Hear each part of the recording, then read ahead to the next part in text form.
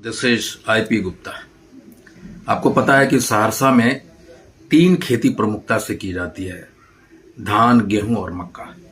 और अभी मक्के का सीजन है। लगातार मेरे फोन आए किसानों के, मैं लगातार इंटरेक्शन में था, वो जानना चाहता था। आपको पता है कि अभी जो सीजन था मक्के का, और आपको मालूम है किसान हर रोज लड़ता है, हर रात उसके लिए कयामत की रात होती है। जब मक्के की खेती होती है, आपको पता है कि मक्का की उपज के लिए कंप्लीट 4 महीने का समय लगता है। और मक्के के किसान की जो पहली लड़ाई होती है मजदूरों के लिए, खेतिहर मजदूरों के लिए। बिहार एक पलायन की समस्या से जूझ रहा है, गांव से जो मजदूर थे वो बाहर जा रहे हैं। किसानों के लिए, किसानों को मजदूरी करने वाले मजदूर नहीं मिलते। फिर कुछ बच्चे ऐसे भी हैं जो पढ़ाई छोड़ के लिए किसान के बच्चे घर आते हैं, पति पत्नी बच्चे बड़े बूढ़े सभी उस गैप को पाटने की कोशिश के लिए लड़ता है। और पूरा परिवार 4 महीने खून पसीना बहाता है। उसकी लड़ाई होती है। दूसरी लड़ाई होती है पूंजी के लिए। उसके पास पैसे नहीं है।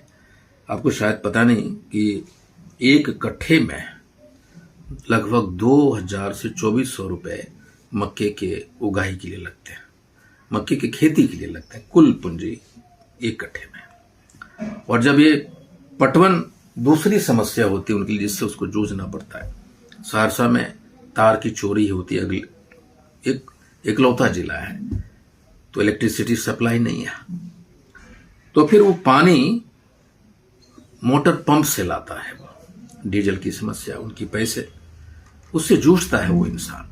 और फिर एक समस्या है, वहां पंप भी चोरी होते हैं। सहरसा अजीबो गरीब जिला, उसकी रक्षा के लिए लड़ता है।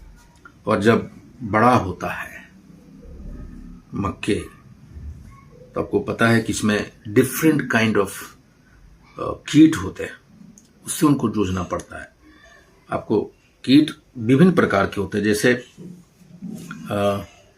सहरसा में जो कीट लगता है नॉर्मली मक्के में या कहीं भी, वो होता है फॉल वॉर्म, तना छेदक, कठुआ, मोहू, सफेद कीट। और कुछ कीट ऐसे होते हैं जो जड़ में जाके उसको काटता है। और ये जो कीट है फसल को, मक्के के फसल को 17 से 36% तक हानि पहुंचा देता है। यानी टोटल फसल का मैक्सिमम 36% ये कीट हानि करते हैं। एक बड़ी लड़ाई होती है किसानों को इन